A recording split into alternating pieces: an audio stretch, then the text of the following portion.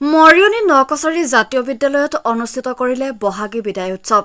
বিহুৰে বেৰিনা পাতে সমনীয়া, বিহুৰে বেৰিনা পাত, বিহু থাকে মানে বিহুকে বিনাবা, বিহু গলে বিনাবা কাক।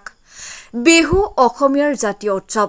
বিশেষকৈ বহাগ বিহু অসমীয়া লোকসকলে গোটেই মাহ ব্যস্ত হৈ পৰা দেখা যায়।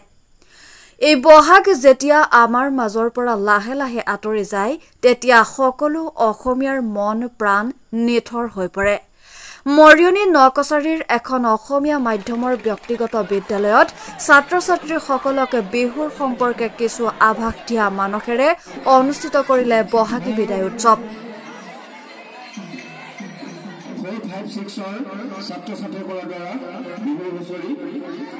শিক্ষাৰ উপৰিও জাতীয় কৃষ্টি সংস্কৃতিকো যে জীয়াই ৰাখিব লাগিব, তাৰ ওপৰতো ছাত্ৰ-ছাত্ৰীসকলক কিছু আভাস দিয়াৰ বাবে নকছাৰী জাতীয় বিদ্যালয়ে শনিবাৰে অনুষ্ঠিত কৰিলে বহাগী বিদায় উৎসৱ। এই অনুষ্ঠানত দেখা গ'ল কণ কণ ছাত্ৰ-ছাত্ৰীসকলে ঢোল তাল বজাই বিহু নাচ পৰিৱেশন কৰি অনুষ্ঠান ৰখাল কৰি তোলে। ইয়াৰ পৰা বুজা গৈছে যে এই বিদ্যালয়ত পাঠ্যপুথিৰ উপৰিও ছাত্ৰ-ছাত্ৰীসকলে বিভিন্ন দিশত শিক্ষা লাভ কৰিছে।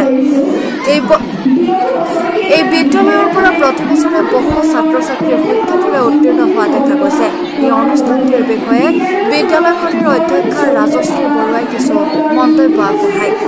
মৰিয়নিৰ পৰা সূৰ্য দাসৰ ৰিপৰ্ট, নিউজ 24 অসম।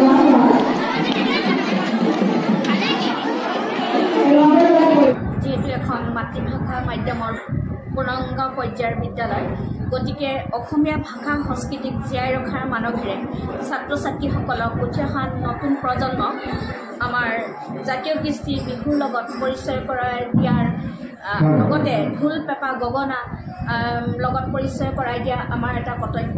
গতিকে আমি শেহতীয়াভাৱে বা চালুকীয়াভাৱে যদি আমি এই অনুষ্ঠান জাতীয় ল'ৰা-ছোৱালীবিলাকে ছাত্ৰ-ছাত্ৰীসকলে হয়তো এই জাতীয় জীয়াই ৰাখিবলৈ আমাৰ সাংস্কৃতিক পৰম্পৰা ৰক্ষা কৰিবৰ বাবে আজি শেহতীয়াভাৱে অনুষ্ঠিতকৈ এই বহাগী বিদায় আমি পালন কৰিছোঁ।